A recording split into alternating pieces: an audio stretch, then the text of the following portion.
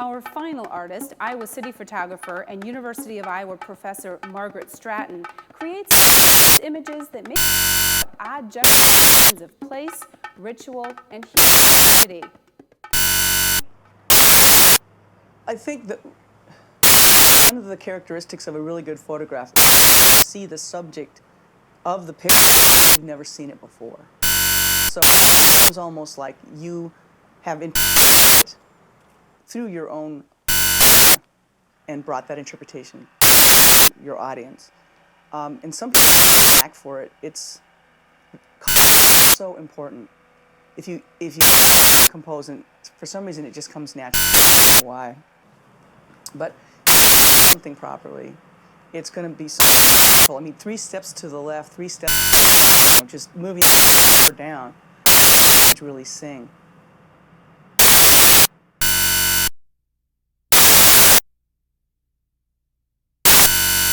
I've always been really interested in what we call terrible beauty, which is the one. And it's a beauty you have to. It's not surface beauty. It's a little harder to find and a little harder to categorize, maybe even to live with. It's what I'm interested in.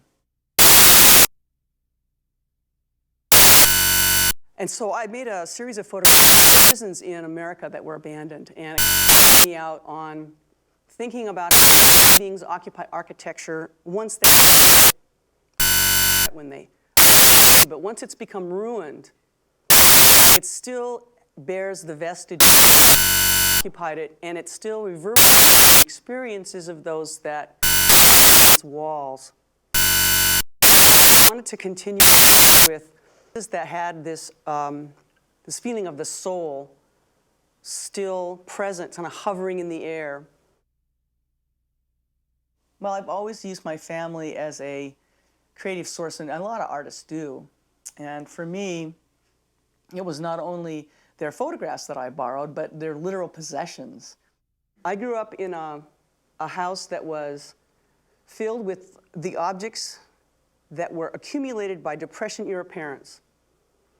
And so they had a proclivity to collect and not to discard. So when I went back to their environment, I looked around and I couldn't believe the weird taste they had.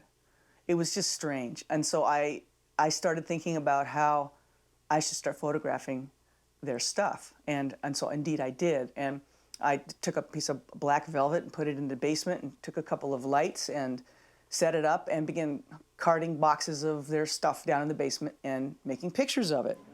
It was called Inventory of My Mother's House. And it was 115 photographs of objects from their house. So this is my first camera that I ever had, and it's called the Brick, basically, and I think pretty much everybody's dad had one of these. I inherited this from my dad in about 1968 or so. And I could shoot with it now, but I really don't make 35 millimeter negatives anymore because the quality isn't sufficient to make them large. And so I shoot 4x5 or 2 1/4 film. Here we go. And then I scan it actually and print it digitally. There's a little bit of purpley, but it's not so much that it bothers me. And I probably got a little pop out of my grass. You know, this guy was pretty crazy. I went down to photograph this place. It's outside Seattle proper. It's called the Duwamish area. This is the Duwamish Slough, and it was ordained a super fun cleanup site because it was so toxic.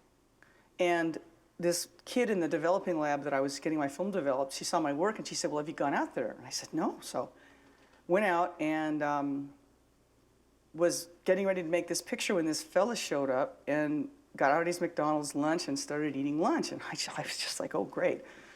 This is perfect. It's kind of the, you know, the native in the wilderness, only it's the McDonald's lunch eater at it's the picnic at the toxic dump site, right?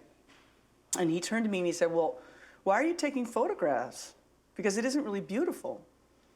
And I said, well, because it's really important to show people what's happening with the natural world. And you're sitting here eating your lunch and you know what it looks like here and that they've had to clean it up because of problems. that resulted from carelessness in industry, and yet nobody else may know that, or people in Iowa may not know that because this picture was made outside Seattle.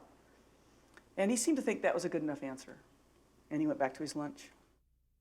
I was a black and white photographer for, well, 20 years, 24 years or so, and now I'm doing color. And it's partly because I'm allergic to the chemicals in black and white, and you can send the color out to get developed. But it's also because I really want to make color photographs, and I'm interested in, when I'm shooting, I'm looking at the color. And I see it in color now instead of black and white. And I've always had a really strong sense of place. I'm from the West Coast, and I've lived in Iowa for 21 years. And so places are very clear, the edges of places are very clear for me. And so I drive back and forth between Iowa and Seattle, and I see these things. And so I thought, you know, I think it's time to start taking photographs of the landscape instead of interiors. And I'm really excited because I think that I'm finally kind of putting two things together, which is thinking about things that are important to me politically, as well as being able to make interesting photographs, as well as being able to be in the West, because that's where I'm from, and I miss it. I'm using a panorama camera, and I just love it. I'm having such a good time. And what I'm doing is talking about a pretty much age-old topic, which is, you know, man versus nature, and man's impact on the land, and who owns the land, and how do we construct the idea of wilderness, and how do we construct the idea of recreation, and how do we construct the idea of city. And these are all issues that I think are coming to a head because of global warming. 14 by 9. Okay, great. Why do I like to teach? I guess because I was such a it was hard for me to be a student. When I was a student, I struggled. And so I understand what it's like to struggle. And so that's one reason. But the other reason is it keeps you young. Although I know I'm not exactly old, but those kids, I'm their parents' age, but they don't think of me that way because I'm not behaviorally that way.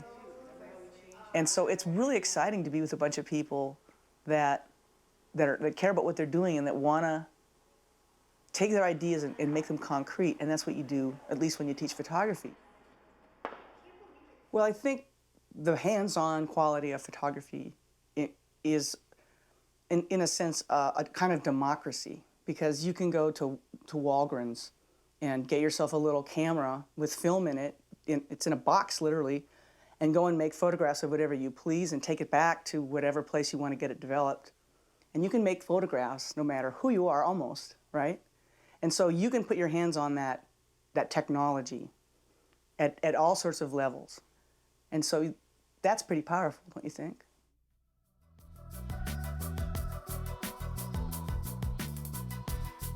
The work of each of our featured artists is displayed in galleries and museums around the state. If you'd like to see more, go to the Assignment Iowa website, iptv.org/Assignment Iowa, and click the artist by name. In this program, we've seen art that has the power to reawaken our connection with the land, the power to make us question what we believe to be true, and the power to make us think about the meaning in what we see. All we need to do is seek it out.